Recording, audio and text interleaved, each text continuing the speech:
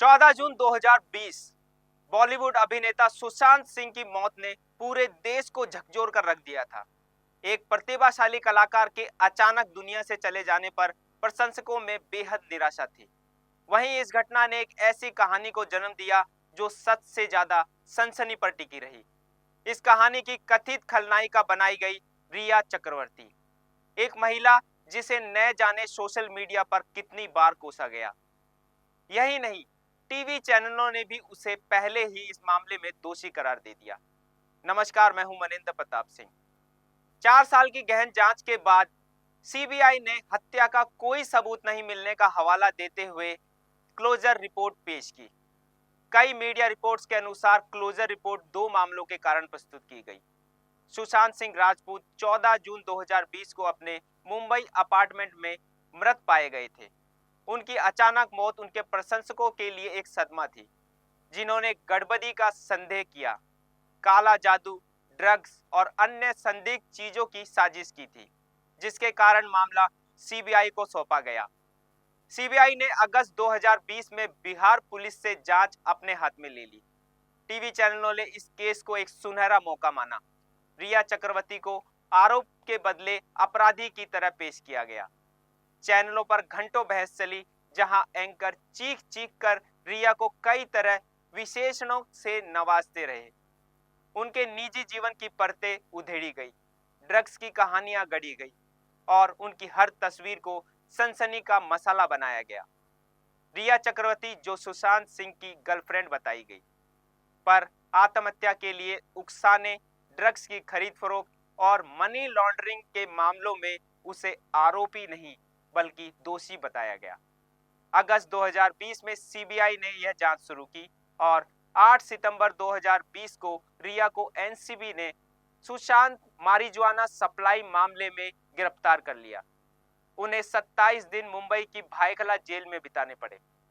अक्टूबर 2020 में Bombay high court ने उन्हें जमानत दी, लेकिन तब तक उनकी जिंदगी को मीडिया ने तार-तार कर दिया था। इस पूरे मामले में मीडिया की भूमिका बेहद दुखद रही।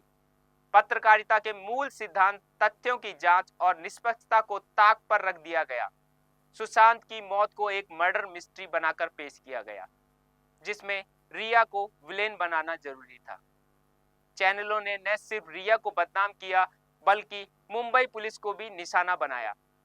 रिया चक्रवर्ती अपने कैरियर से ज्यादा निजी जिंदगी को लेकर खूब सुर्खियों में रही। साल 2020 में 14 जून के दिन खबर आई कि सुशांत सिंह राजपूत का शव पंखे से लटका हुआ उनके फ्लैट में मिला। पुलिस ने जब इस मामले में जांच शुरू की तो कई तरह की बातें सामने आई।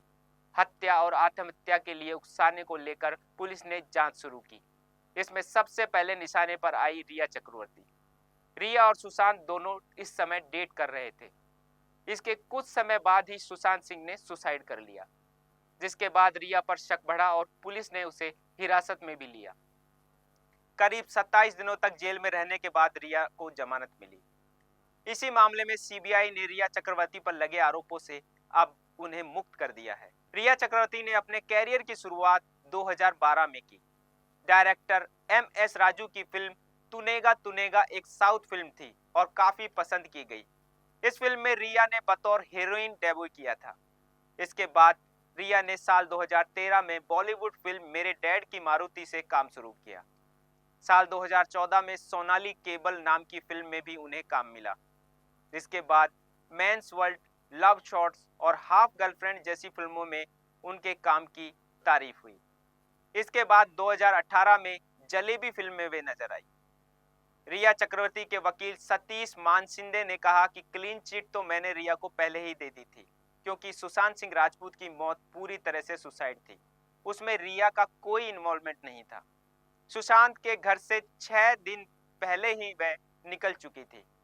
उसके बाद वो सुशांत के कांटेक्ट में नहीं थी। मुझे नहीं पता कि कौन से आधार पर रिया को इस केस में घसीटा गया। जो नैरेटिव लोगों ने चलाया वो आज सीबीआई की रिपोर्ट में पता चला। रिया चक्रवर्ती पहले दिन से ही बेकसूर थी, यह उनके वकील का कहना है। 27 दिन तक उन्हें जेल में रहना पड़ा। क्लोजर रिपोर्ट आने के बाद अब इस पर राजनीति तेज हो गई है। बीजेपी नेता राम कदम ने बड़ा बयान दिया है। उन्होंने उद्धव ठाकरे पर निशाना साधा है।